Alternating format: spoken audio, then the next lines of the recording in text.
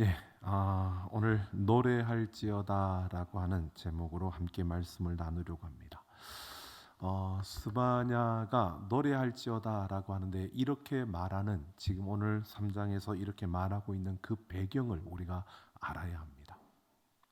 이 스바냐는 기원전 630년경에 남쪽 유다에서 활동한 선지자입니다. 그러니까 남쪽 북쪽이 나누어져 있는 상태에서 남쪽 유다에 속해 있는 그러한 자였는데 그때가 언제냐면 이미 북쪽 이스라엘은 멸망을 당했습니다.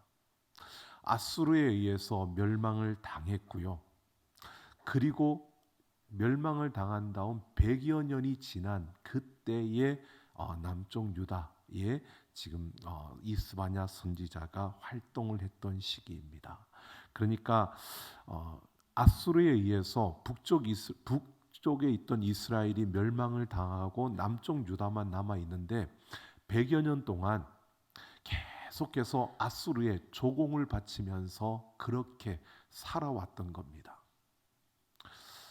그러니까 멸망만 안 당했지 계속 침략을 당할 수밖에 없고 지배를 받는 그러한 상태에서 살아가고 있는 겁니다. 그런데 그때 그런 과정 속에서 이 아수르뿐만 아니라 지금 바벨론이라는 그러한 신흥 강대국이 일어났습니다. 그러니까 이 남쪽 유다는 바로 아수르와 바벨론 이 사이에서 두 나라의 눈치를 보면서 어떻게 하면 우리가 이 어려움 속에서 살아갈 수 있을까 이렇게 눈치를 보면서 이쪽 저쪽 눈치 보며 그렇게 지내고 있던 그런 시대적인 배경을 가지고 있습니다. 근데 이런 것을 국제적인 어떤 질서 그리고 어떤 힘의 논리 이러한 것으로 바라보는 게 아니라 이 스바냐는 선지자잖아요. 그러니까 이 모든 것을 하나님의 그 통치의 관점에서 이 모든 상황과 환경을 보고 있는 겁니다. 그가 하나님의 통치의 관점에서 보니까 지금 자신들에게 주어진 그 상황은 어떤 상황이냐? 그것은 그가 1장에서 이렇게 선포하고 있습니다. 1장 14절을 보면 여호와의 날이 가까웠다라고 이렇게 선포하는데 14절을 보면 이 여호와의 날은 어떤 날이냐면요. 분노의 날이고 환난과 고통의 날이고 캄캄하고 어두운 날이며 구름과 흑암의 날이라고 밝히고 있습니다. 그러니까 이 스바냐가 지금 그 나라 남쪽 유다의 그 나라를 보니까 지금 우리가 서 있는 이런 환경, 이 상황은 어떤 환경이냐? 바로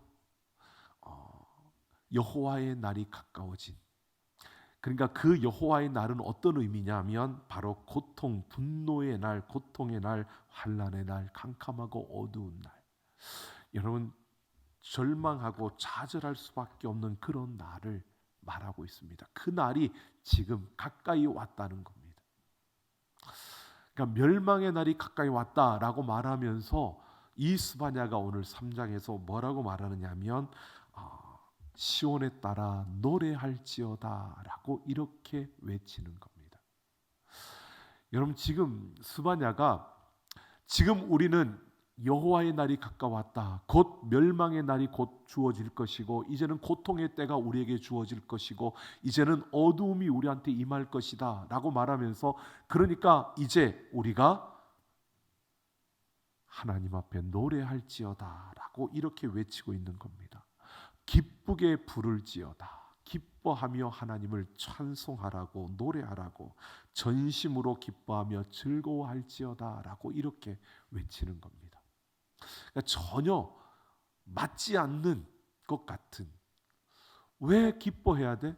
지금 여호와의 날이 가까이 와서 이제 멸망이 눈앞에 있고 고통이 우리 앞에 주어질 것이고 이제 우리 앞에 어두움이 임할 텐데 그런데 기뻐하고 즐거워하라는 겁니다. 전심으로 즐거워하라는 겁니다.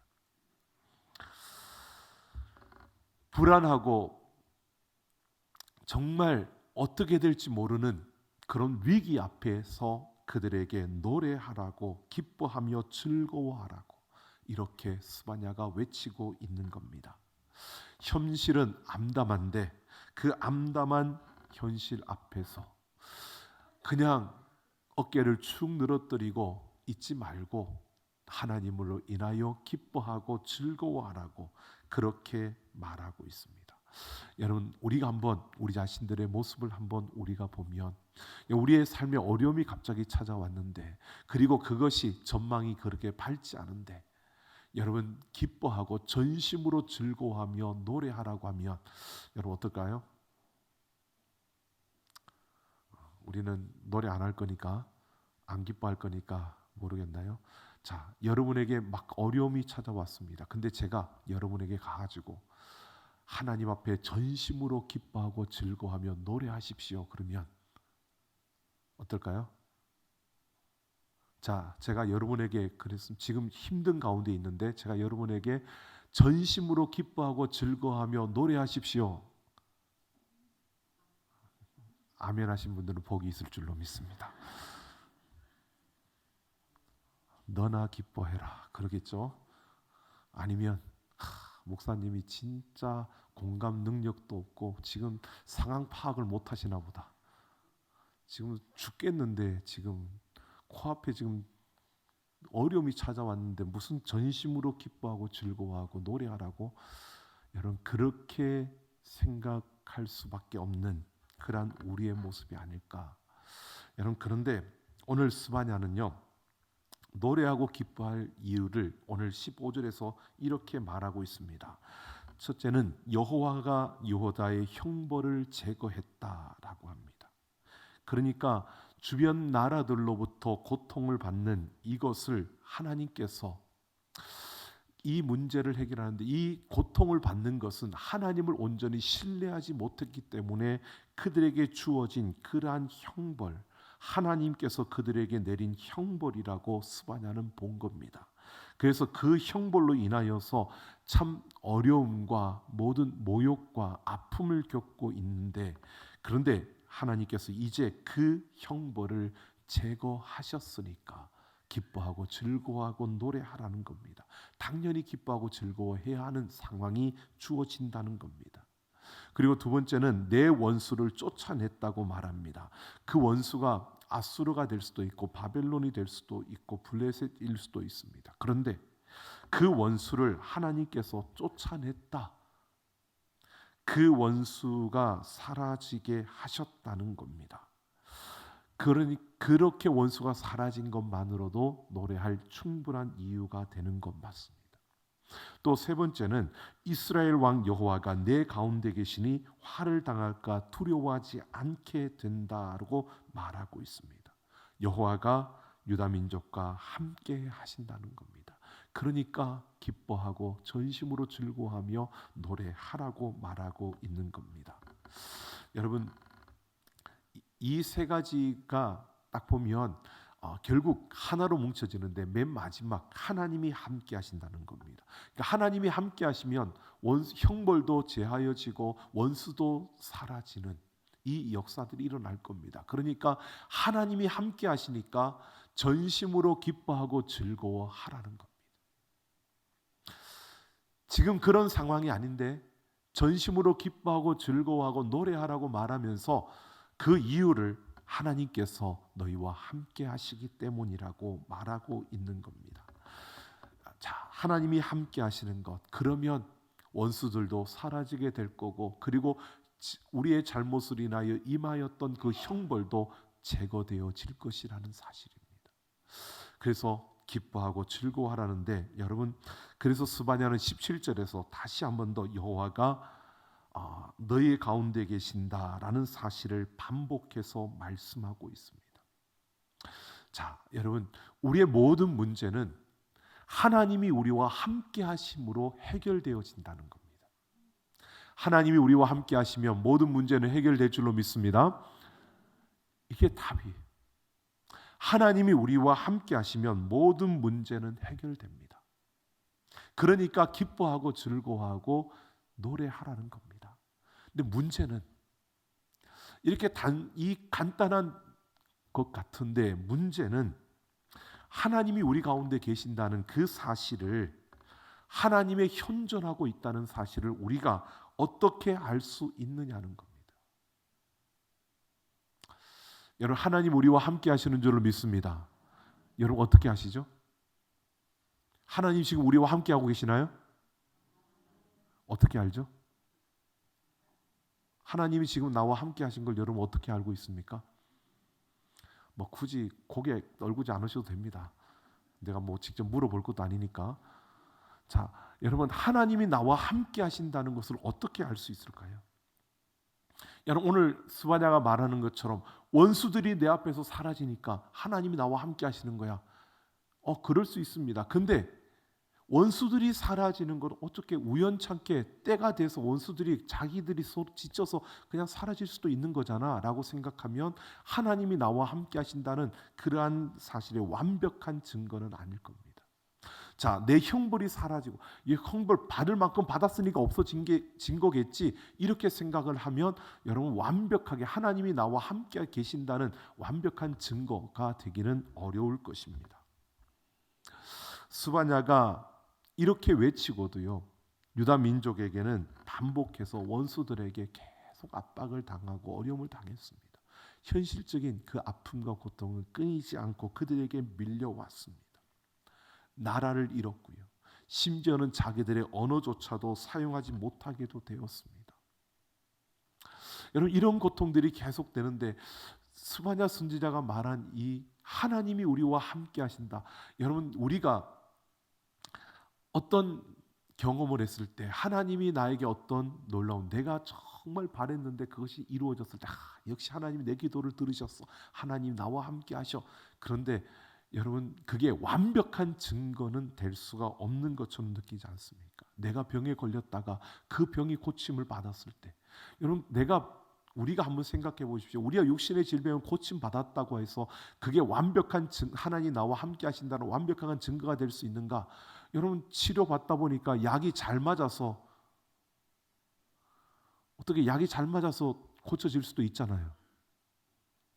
저를 이상한 눈치로 쳐다보시는데, 그렇게 생각하면 완벽한 증거로 우리가 병 고침 받은 것, 이것 가지고 하나님이 지금 나와 함께 하신다는 완벽한 증거라고 말할 수는 없을 겁니다. 여러분, 하나님이 나와 함께 하신다는 이 사실을 우리가 믿는다고 아멘이라고 하지만, 여러분, 이 증거를 우리가 무엇으로, 내가 하나님이 나와 함께 하신다, 그 함께 하시는 그 증거를 여러분 무엇으로 내어놓고 계십니까?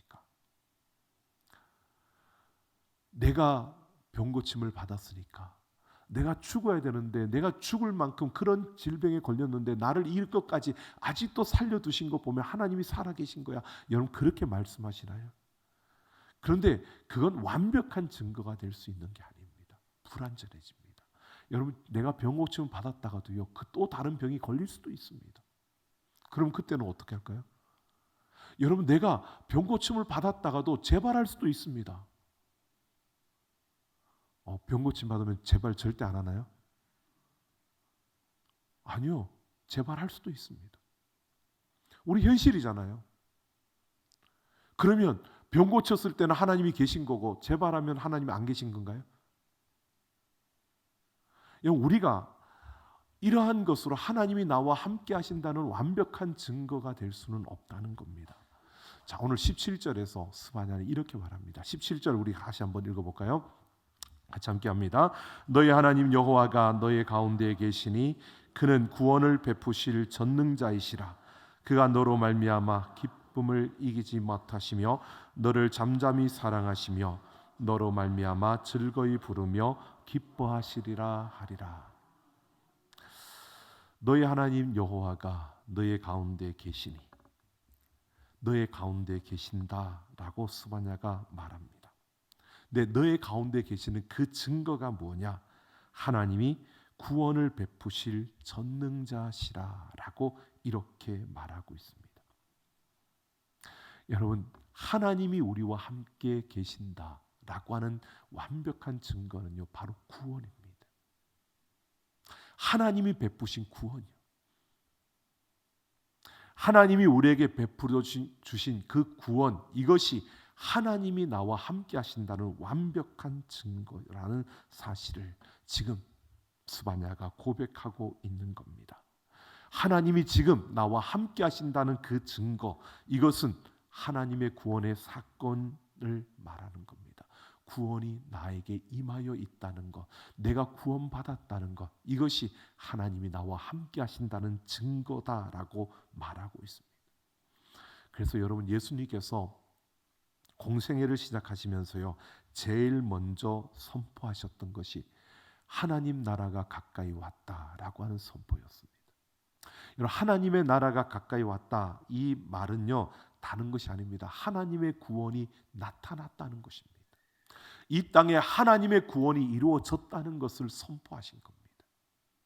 하나님의 구원이 이루어졌다는 것은 결국 하나님이 지금 이곳에 함께하고 있다는 사실입니다.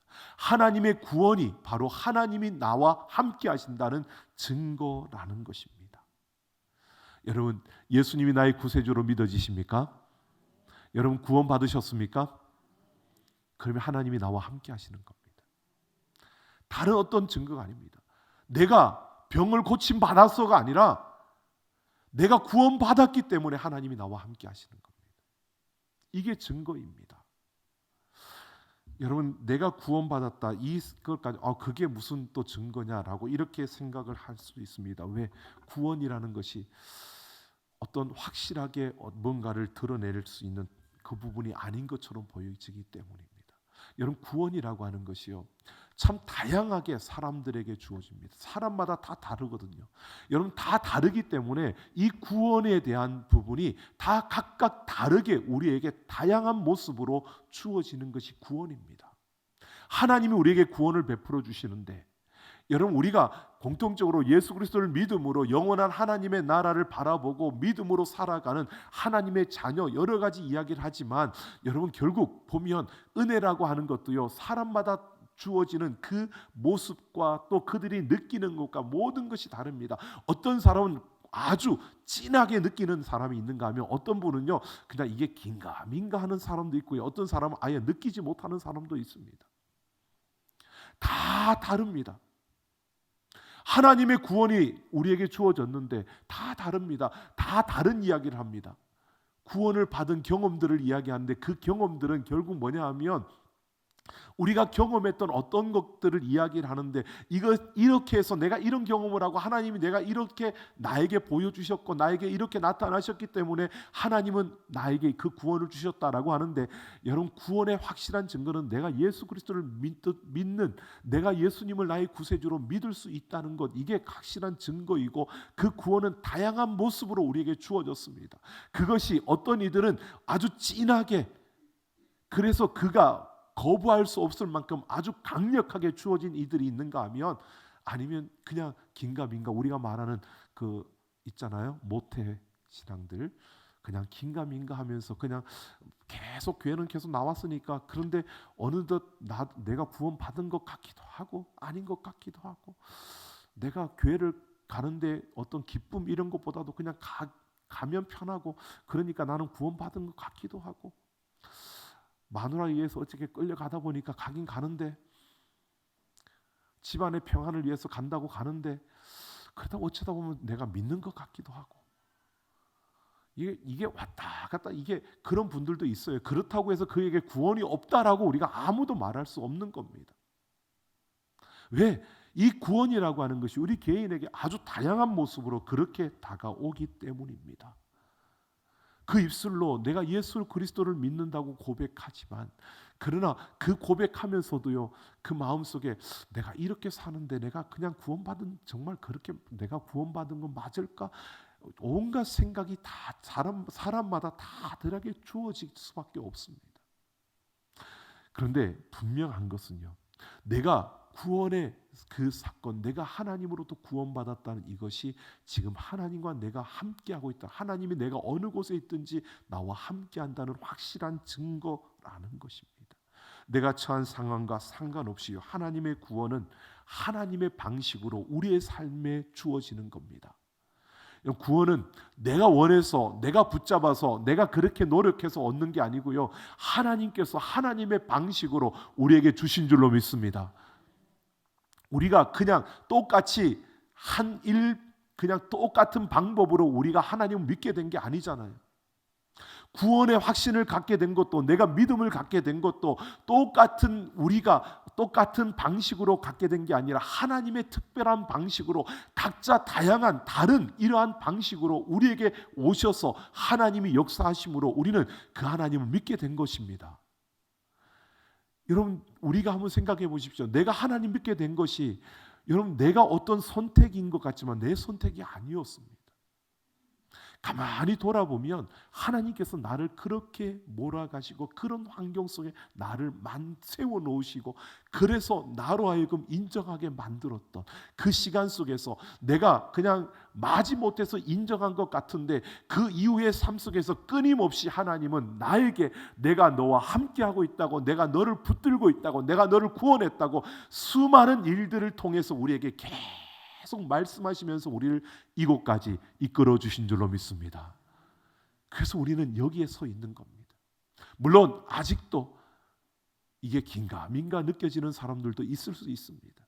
그런데 제가 확신하기는요, 하나님은 끊임없이 여러분의 삶에 내가 너와 함께 한다고, 내가 너를 구원했다고 계속해서 모든 일들로 여러분에게 말씀하실 겁니다. 그러니까 우리는 그 구원의 길에 이미 들어섰고 그 구원의 자리에 있는 자들입니다. 오늘 이 구원이 내가 하나님이 나와 함께 하신다는 확실한 증거라는 사실을 오늘 스바냐가 말하고 있는 겁니다. 여러분, 이 구원에 대해서 우리가 자꾸 확신하지 못하고 이 부분에 대해서 우리가 참 많은 그 혼동스러움과 흔들리는 이유는 다른 것이 아닙니다. 우리가 자꾸 세상의 방식과 사람들의 어떤 방식으로 이 구원이라는 것을 우리가 보려고 하기 때문입니다. 세상에서 말하는 잣대, 우리의 생각, 우리의 신념, 우리의 그 경험, 이러한 것들로 자꾸 구원을 이야기하려고 하니까 자꾸 다른 걸 가지고 오는 겁니다. 누군가 그렇게 이야기를 하면, 여러분, 그래서 간증을 하시는 분들의 이야기를 들으면, 저렇게 해야 정말 확실한 구원의 역사가 구원받은 것 같아. 근데 그분도요, 그렇게 간증하는 분도요, 또 다른 어려움이 찾아오고 또 힘든 일이 주어지면 똑같아요. 또 흔들려요. 근데 그런 방식을 하나님은 그에게 다양한 그 방식으로 그들을 찾아가시고 그들에게 말씀하신다는 겁니다. 여러분, 왜 하나님께서 그렇게 다양한 방식으로 말씀을 하실까요? 하나님은 오늘 우리가 분명히 이렇게 말씀하십니다. 하나님은 어떤 분이시죠? 하나님 어떤 분이십니까? 오늘 말씀에서 우리에게 말해주는 것이요, 그는 구원을 베푸실 전능자라고 말합니다. 전능자요. 능치 못함이 없는, 모든 것이 가능한, 모든 것을 하실 수 있는 전능자. 여러분, 하나님은 전능하신 하나님이신 줄로 믿습니다. 그 전능하신 하나님이라는 것은요, 바로 창조주라는 뜻입니다. 모든 것을 창조하시고 모든 것을 움직여 가시는 하나님, 그 하나님이 전능자이신 줄로 믿습니다. 바로 그 하나님, 생각해 보십시오. 모든 것을 지으셨습니다. 모든 것을 다스립니다. 모든 것을 하나님이 하실 수 있습니다. 여러분, 그러면 이 땅의 모든 것은 하나님의 손 안에 있는 줄로 믿습니다. 자, 그러면 하나님께서 하나님의 뜻 가운데, 오늘 특송하셨잖아요. 하나님의 뜻 분명하다고요. 하나님의 뜻이 분명합니다. 그 뜻 가운데 이 모든 세상이 움직여 갑니다. 그런데 보십시오. 그 뜻 가운데 움직여 가는데 아닌 것처럼 보이는 때가 있죠. 죄와 악이 난무하고 그것들이 번성하는 이러한 모습들을 보면 그게 아닌 것 같아요. 근데 여러분, 하나님이 허용해 주셨을 뿐이지 하나님의 뜻과 상관없는 게 아닙니다. 하나님의 뜻으로 이 모든 것을 다스리시는데, 우리 인간에게 자유의지를 주신 하나님께서요, 그것을 존중해 주시는 겁니다. 우리를 존중하셔서 그 자유의지로 선택하는 그 가운데 일어나는 그 일들을 하나님이 우리에게 허용해 주신 겁니다. 그러니까 하나님이 전능하신 하나님께서 우리의 구원자고 우리와 함께 하신다면, 여러분 이런 확신이 있다면 여러분 한번 생각해 보십시오. 하나님은 선하신 분일까요? 악한 분일까요? 선하신 분입니다. 그 선하신 분이 행하는 일들은 선한 일일까요? 악한 일일까요? 선한 일입니다. 이 땅의 모든 일들은 선하게 될 수밖에 없다는 겁니다. 하나님은 선한 역사를 이루십니다. 지금 내 앞에 어려움이 찾아왔는데, 지금 내가 말도 할 수 없는 고통 속에 있는데, 여러분 욥을 한번 생각해 보십시오. 욥이 자녀를 하루아침에 다 잃어버렸습니다. 재산이 다 사라졌어요. 몸에 병이 들었어요. 여러분 그 욥이 자기가 태어난 생일을 저주할 정도로 고통스러웠습니다.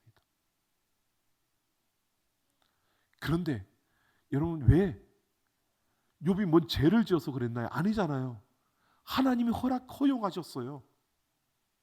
사단이 욥을 건드는데 그 생명만은 건들지 못하도록 하시며 그걸 허용해 주셨어요.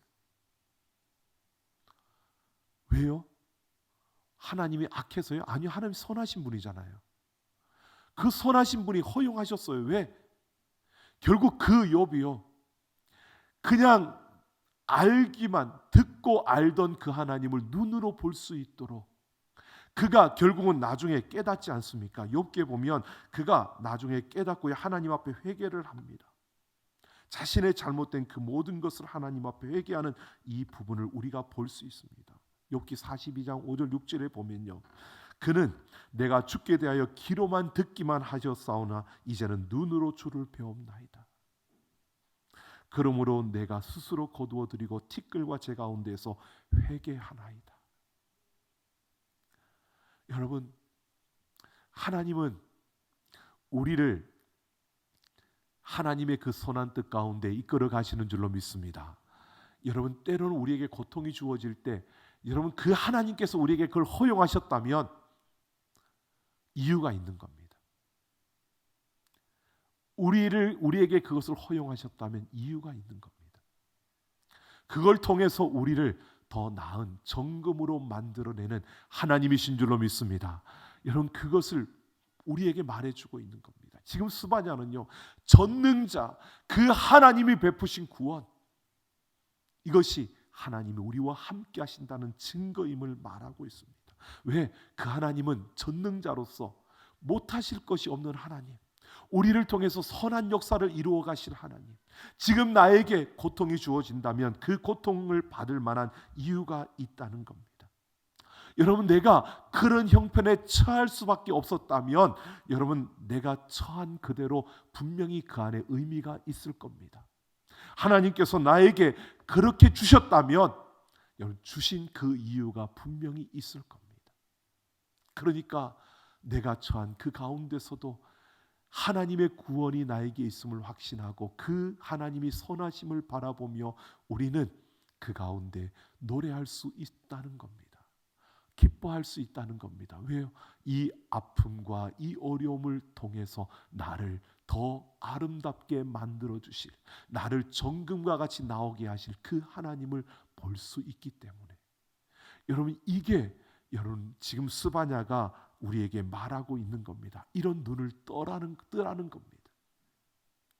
그냥 내가 구원받았다라고 하는 것이 아니라 구원받은 것이 하나님이 지금 나와 함께 하신다는 증거이고, 그 하나님은 전능자이시니까 내가 어떤 형편에 처하더라도 전심으로 기뻐하고 즐거워하며 노래할 수 있어야 된다는 겁니다.